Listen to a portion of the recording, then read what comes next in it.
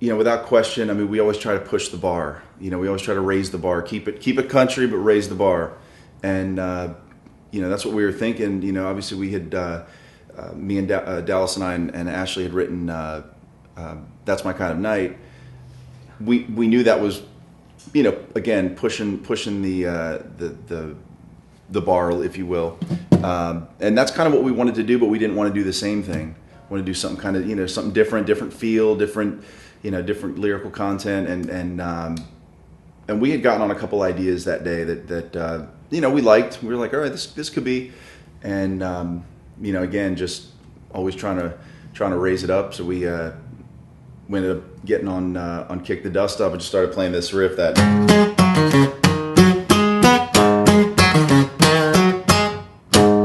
And then Ashley and Dallas were like, all right, let's write that. That's going to be fun. And so they started. They've been known to just freestyle lyrics, so they started just rolling with these awesome lyrical ideas and melodies and stuff, and we wrote it. And again, it's one of those things. It's like, of course, we were thinking Luke, but it's also like, let's just write the strongest song that we can about this, and with in kind of the most creative way we can think.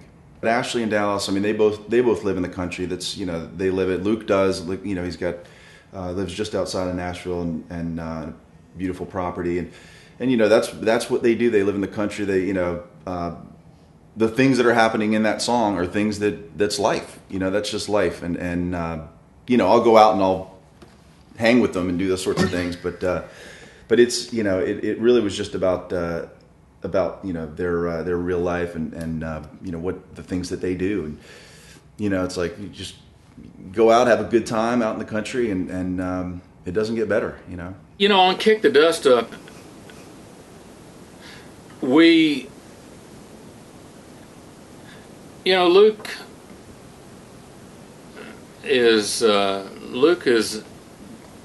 not a studio guy. He comes in, and when he's there, he is really on, and he runs the show pretty much. He looks to me and he looks to Jody for direction, but whatever he wants to try, we try it. Sometimes we'll fall back to something else or whatever. And on Kick the Dust Up, we had one thing recorded the day that we had the band, and we left there.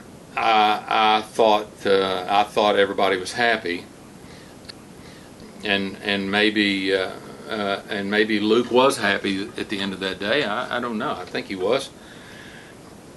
But we did a rough mix, I think, and he really didn't like what we had.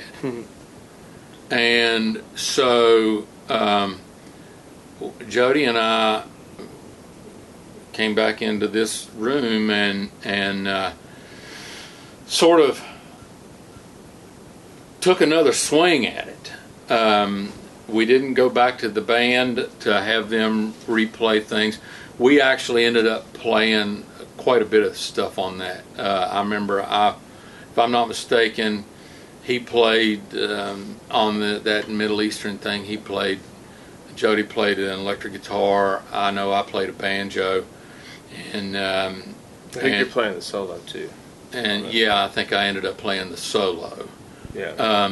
And so it was a pretty big restructure. And again, there are demos that Luke, as he calls it, he wants to honor the demo. And so we did take it back. We're always going to shoot for trying to put a stamp on it to try to lift it from the demo.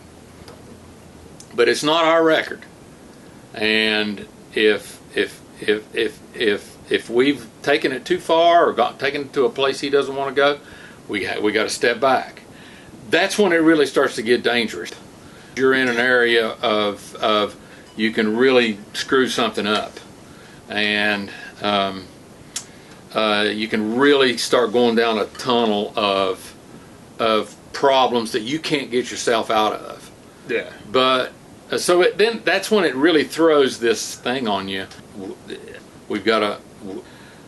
It throws this sort of, oh my God moment. We've got to pull this off, no matter how long it takes, how long we've got to sit here and make it right.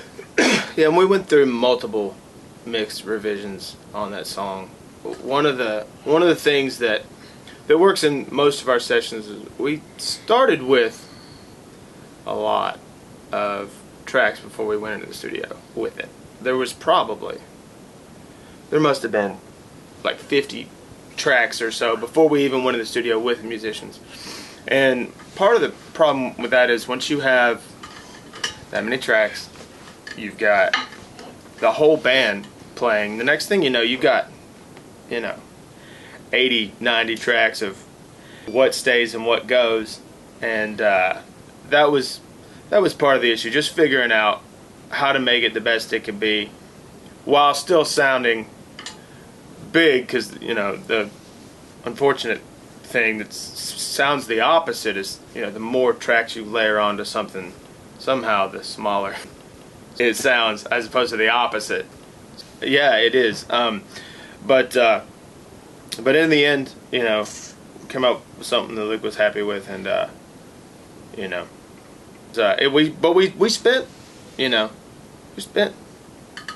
spent at least a few weeks, maybe a month on that song, just figuring out how to make it, the best that it could be.